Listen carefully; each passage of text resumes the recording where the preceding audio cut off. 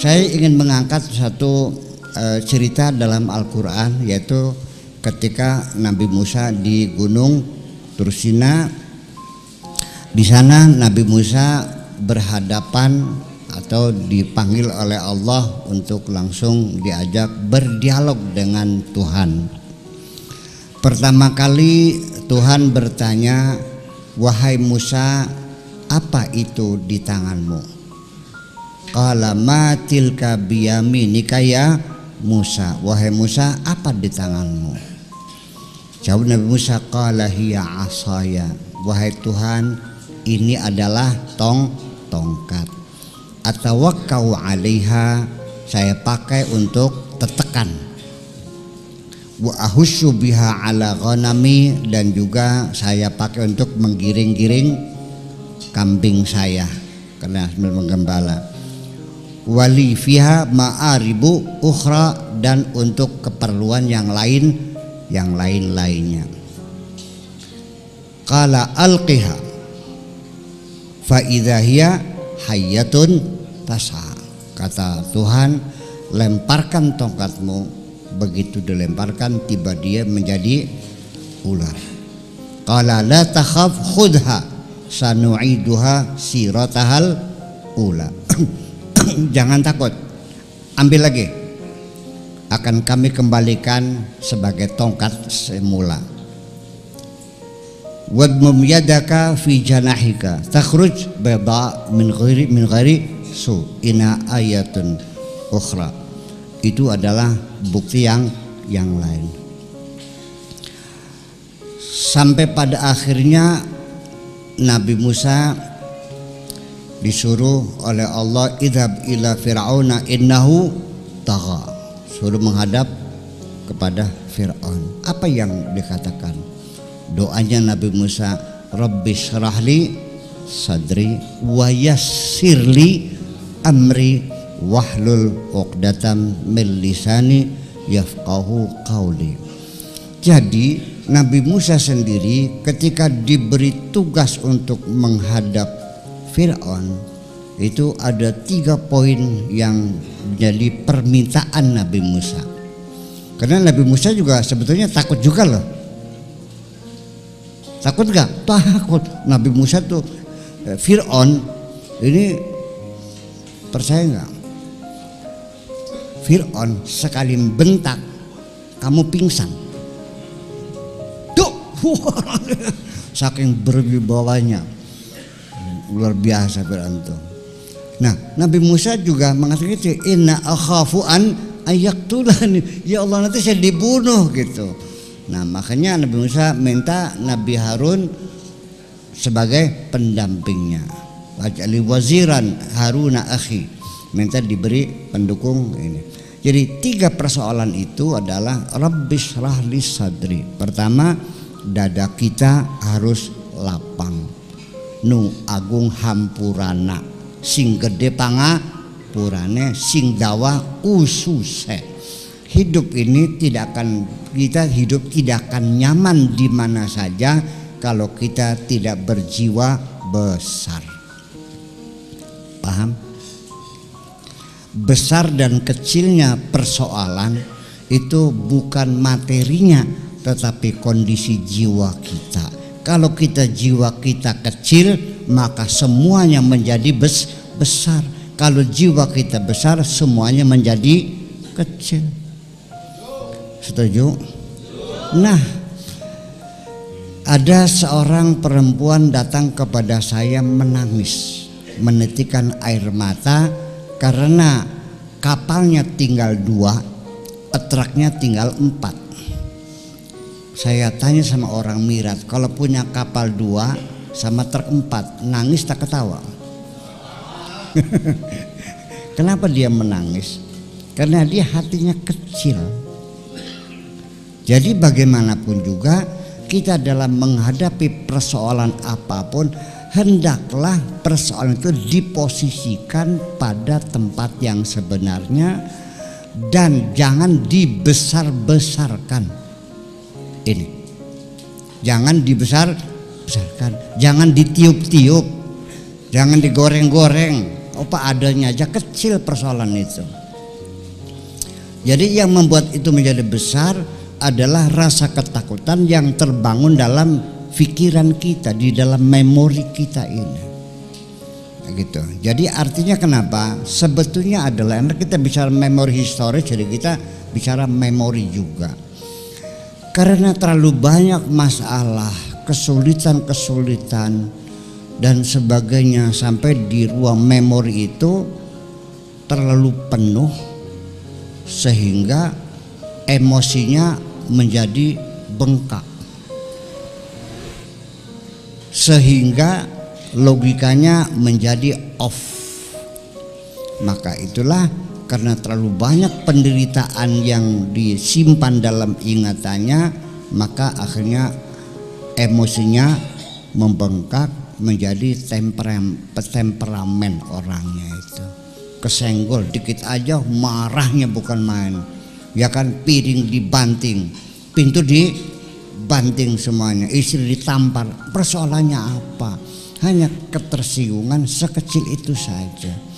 Kenapa? Karena logikanya sudah tidak berjalan.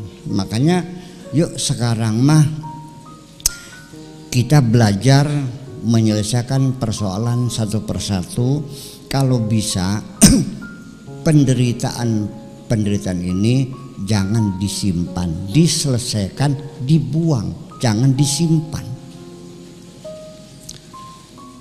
Sebetulnya bukan penderitaan, dia sendiri yang memposisikan sebagai penderitaan. Ada anak itu orangnya gampang, ragu-ragu, bimbang, tidak bisa mengambil keputusan, cari jodoh saja nggak milih-milih, akhirnya nggak kawin-kawin. Ya selalu ragu. Kalau takbir 10 kali baru selesai. Kalau wudhu air sebak baru selesai. Penyakit was-was. Nah itu karena sejak kecil dia tidak merasa bahagia. Jadi orang yang kurang bahagia di masa kanak-kanak. Keluhan dia saya analisa karena dia merasa tidak mendapatkan kebahagiaan karena waktu kecil bapaknya meninggal, ikut sama kakaknya galak, selalu nampar, ditajong, ditendang, ditampar, dijotos gitu kan gitu. Jadi itu terekam dalam dirinya sehingga dia tidak bisa mengambil keputusan apa-apa hidupnya. Kan menjadi sulit hidup ini. Nah, itu jangan disimpan, coba diungkap lagi dengan saya buang memori itu supaya dengan bebannya, dengan didiskusikan dengan akal sehat kita, yaitu dengan mencoba untuk belajar memahami dari sudut pandang orang lain. Ya, bukan dilupakan, biarkanlah nanti juga dengan waktu hilang. Siapa bilang waktu tidak menghilangkan memori kamu, akan tetap ada. Ya, dan cara menghilangkan memori tidak kayak di komputer, sekali delete yang hilang sekian ribu data, betul nggak? Kalau memori di otak harus dibuang satu persatu. Semuanya kasusnya adalah kasuistik semuanya. Ini masih belajar. Nah, ibu sekalian, akhirnya saya coba. Oh, dia cerita galak begini. Kan di sini banyak orang yang bapaknya meninggal kan, tapi sukses hidupnya kan, betul nggak?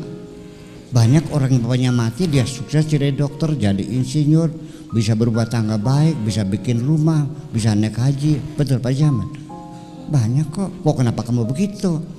Nah akhirnya begini aja, kamu sekolahnya selesai, sarjana, loh, sarjana loh S1. Yang biasa siapa? Ya kakak saya. Loh, ya kalau begitu kakak kamu itu bukan jahat, kakak kamu itu baik sekali. Mana ada seorang kakak membiayai adiknya sekolah sampai sarjana, itu kan baik. Nah, kamu yang salah paham. Ini mungkin kamunya dulu terlalu bangor ini, ya, sehingga harus dengan keras. Ya, saya enggak kok. Ya sudah, kalaupun kamu penurut, ini mungkin kakak kamu itu saking sungguh-sungguhnya ingin menghantar kamu masa depan yang lebih baik, ya, sehingga dia menggunakan cara-cara yang seperti itu, dipukul, ditajong, karena dia sangat sayang kepada kamu. Jadi mukulnya kakak kamu itu bukan karena kebencian, terlalu sayang kepada kamu. Setelah saya yakinkan, baru dia tersadar, akhirnya ya terobati, akhirnya oh berarti lepas begitu. Jadi membuang memori itu tidak dengan tidak dibiarkan waktu tidak akan menghilangkan memori kita. Sok ibu-ibu, nenek-nenek yang umurnya 90 tahun masih ingat enggak peristiwa umur 90 tahun, peristiwa 60 tahun yang lalu ketika melihat suaminya berselingkuh? Masih ingat enggak? Enggak hilang, masih ada. Jadi menghilangkan itu diselesaikan secara rasional dan kita memakluminya. Itu. Nah, jadi artinya bahwa akhirnya ujungnya berjiwa besar itu bukan dadanya dioperasi lalu dimasukin balon, bukan begitu maksudnya. Tapi artinya kita belajar untuk memahami sudut pandang orang lain.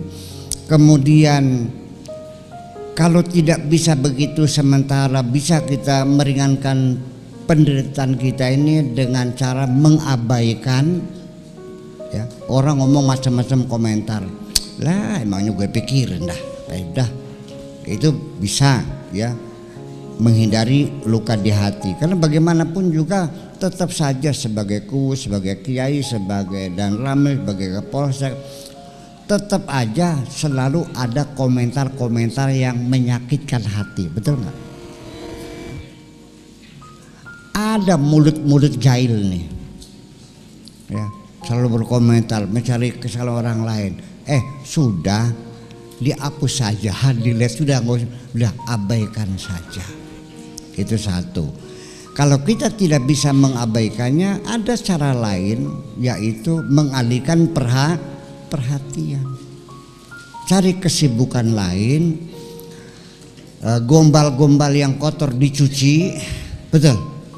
Kemudian disetrika, lantai disapu, kemudian dipel, belanja ke pasar, ya, beli sayuran, masak yang sedap, anak-anak dicebokin semuanya, cari kesibukan. Itu juga sangat efektif kita untuk menghilangkan penderitaan dalam diri kita ini. Nah, yang ketiga yaitu dengan cara memahami sudut pandang orang lain. Tapi itu mesti dibantu oleh seorang psikolog, ya, seorang psikiater dibantu. Nah, dalam yang keempat ini yang paling baik, yaitu ketika kita sudah mampu memaafkan kesalahan orang lain. Makanya Allah mengatakan fa'fu anhum wastaghfir lahum, maafkanlah, ya sudahlah, kita maklumi saja. Dengan demikian hati kita tidak sakit. Pak, Bu, sakit hati nih menyebabkan kita makan menjadi tidak lahap, betul nggak? Tidur kita nggak bisa nyenyak, bangun pagi juga lemes, nggak punya semangat, karena hati kita terlalu sakit. Jangan dibiarkan kita menderita hanya karena pikiran-pikiran kita. Nah, terakhir yang kelima adalah kita mintakan kepada Allah ampunan buat mereka. Ya Allah, ampunilah mereka yang telah menyakiti hati saya karena saya sudah memaafkannya. Ini adalah puncak pemaafan yang luar biasa. Tetapi ada satu hal yang menyebabkan orang itu sulit memaafkan. Enak aja. Oh, enak aja. Yang enak siapa? Bukan. Sakit perut saya nih. Iya, saya tahu. Yang enak itu yang dimaafkan atau yang memberi maaf? Yang memberi maaf. Dia melepaskan beban psikologis yang membuat diri tersiksa. Adapun yang bersalah tidak mudah menghapus the feeling of guilty, perasaan berdosa yang melekat di pikirannya. Percaya atau tidak?